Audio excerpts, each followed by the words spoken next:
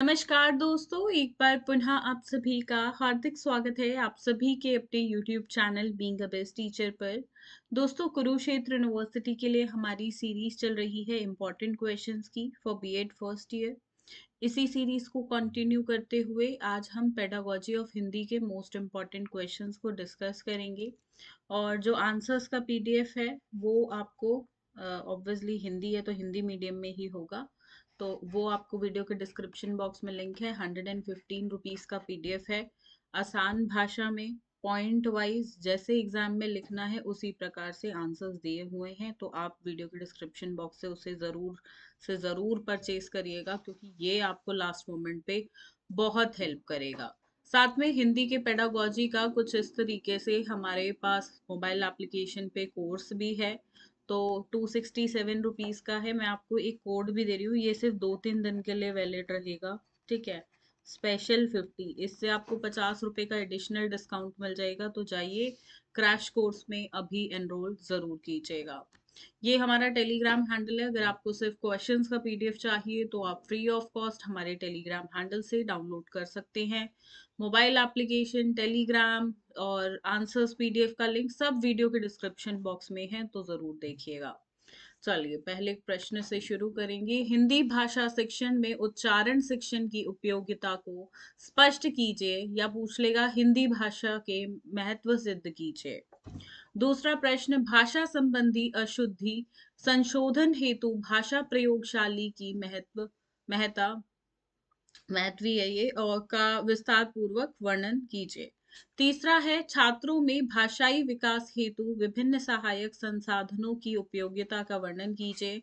चौथा प्रश्न है, शिक्षा शास्त्रीय विश्लेषण का अर्थ व चरण बताओ व इसकी प्रक्रिया का उदाहरण सहित जो है स्पष्ट करो। पांचवा प्रश्न, पाठ योजना से आपका क्या अभिप्राय है। दैनिक पाठ योजना का प्रारूप बताते हुए दैनिक पाठ योजना बनाइए।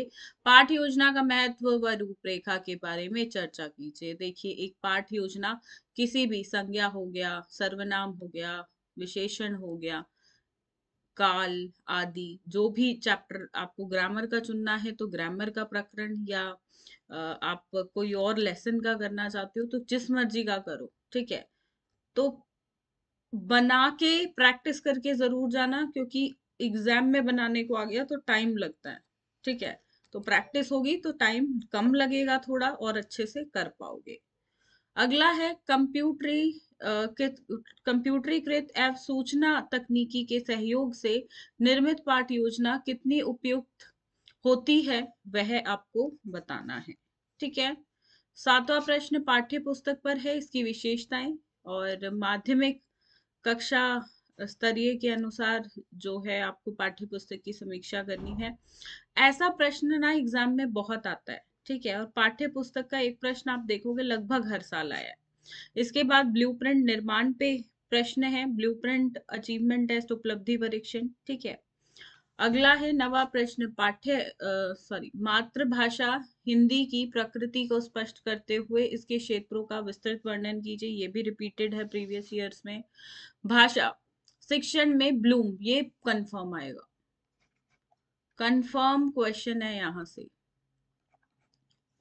11वां प्रश्न, भाषा कौशलों से आप क्या समझते हैं। भाषा संबंधी कौशलों के विकास हेतु आप किन सहायक अध्ययन संसाधनों का प्रयोग करेंगे वो बताइए। ये 4 भाषा कौशल हैं, ये ब्रैकेट में मैंने लिखे हैं, आपको प्रश्न सिर्फ यहीं तक देखने को मिलेगा।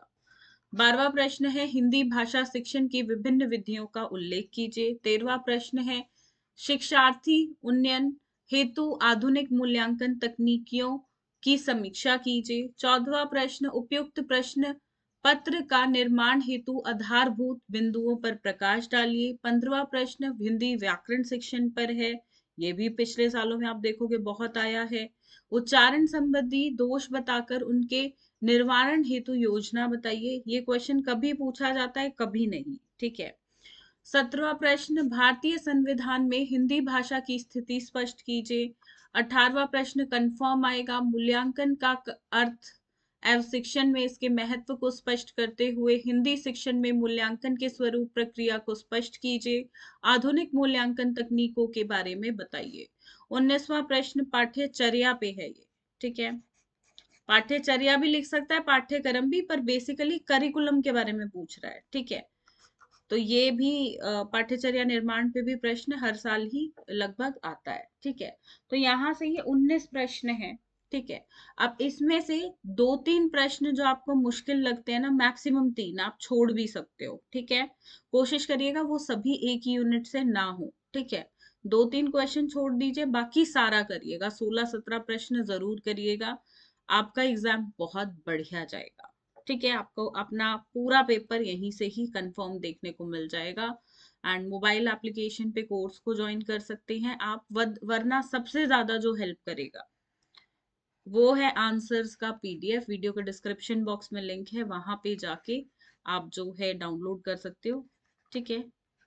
तो मेक श्योर अगर लास्ट मोमेंट पे पढ़ रहे हो ना, सिर्फ यहीं से पढ़ना, ठीक है, और कहीं से नहीं, सिर्फ यहीं से पढ़ना।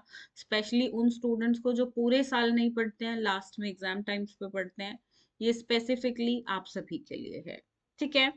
चलिए, इस वीडियो के लिए इतना ही, इस क्लास के लिए इतना ही। मिलते हैं बहुत जल्द एक नई क्लास में। आपका दूसरा पेडागोजी सब्जेक्ट कौन सा है, कमेंट्स में लिखकर जरूर बताइएगा दोस्तों।